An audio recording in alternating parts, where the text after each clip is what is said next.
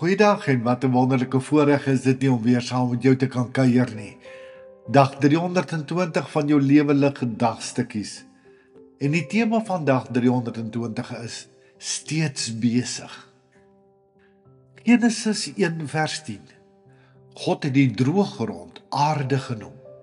En die waters wat bymekaar gekom het, het hy see genoem. En God het gesien, dit is goed. Met elke sonsopkom sê God weer, dit is goed oor alles wat hy gemaak het. Steeds besig. Die ander dag toe dink ek weer aan die groot kunstenaars, Da Vinci, Michelangelo en ander wat jarelang aan sommige van hul skilderye gewerk het. Elke dag se meng van kleure, verf laag op laag, vee uit, begin weer. En dan op 'n dag trek hy die laaste kwastreep. Staan hy terug met 'n glimlag en sê, dis klaar. Dan draai hy om, sit die ligte af, sluit die ateljee se deur en loop weg. Die doek bly daar hang. Pragtig ja, maar dood. Klaar. Geen nuwe kleur, geen nuwe lig, geen verrassing ooit weer nie. Gelukkig is ons God 'n heeltemal ander soort kunstenaar. Niks wat hy geskep het, is dood of klaar nie. Hy het op die derde dag die see en die land gemaak, teruggestaan en gesê, dit is goed. En toe het hy nie omgedraai en weggeloop nie. Hy het gebly. Hy bly nog steeds. Elke oggend skakel hy weer sy ateljee lig aan en verras ons met gister se magic in 'n splinternuwe verpakking. Dieselfde see wat hy duisende jaar gelede bymekaar gemaak het, rol vandag met 'n ander kleur, 'n ander skuimrand, 'n ander lied teen die strand op. Dieselfde son wat hy eendag laat opkom het, verf vandag 'n ander skakering oor die berge. Hy herhaal nooit presies dieselfde skildery nie. Hy bly skep, bly verras.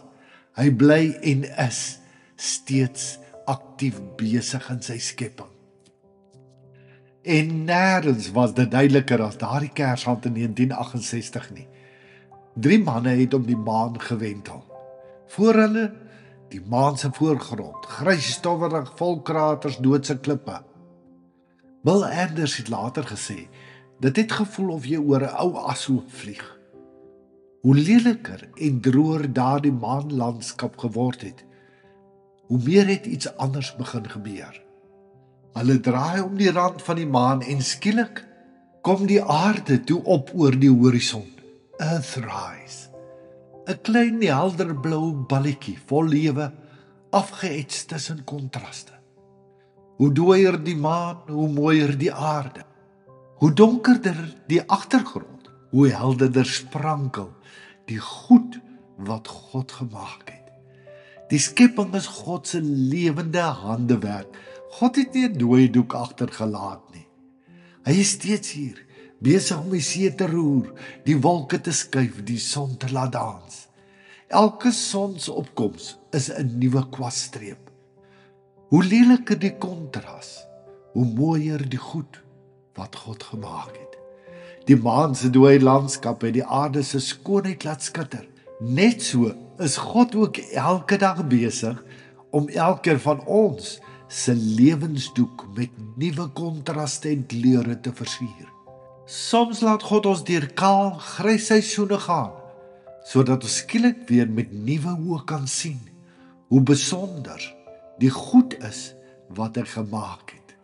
Die lig wat ons inasem, die mense langs ons, sy genade wat elke oggend nuut en vars is. Die meesterkunstenaar het nie die kwas neergesit nie. Hy verf nog elke oggend nuut. Iets om oor na te dink. Hoekom dink jy sien ons nie meer God in sy meesterstukke raak nie? Wat kan ons doen om meer God se beeld in ons te weerspieël?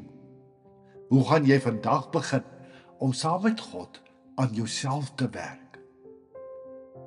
Here, dankie dat U nie wegloop nie.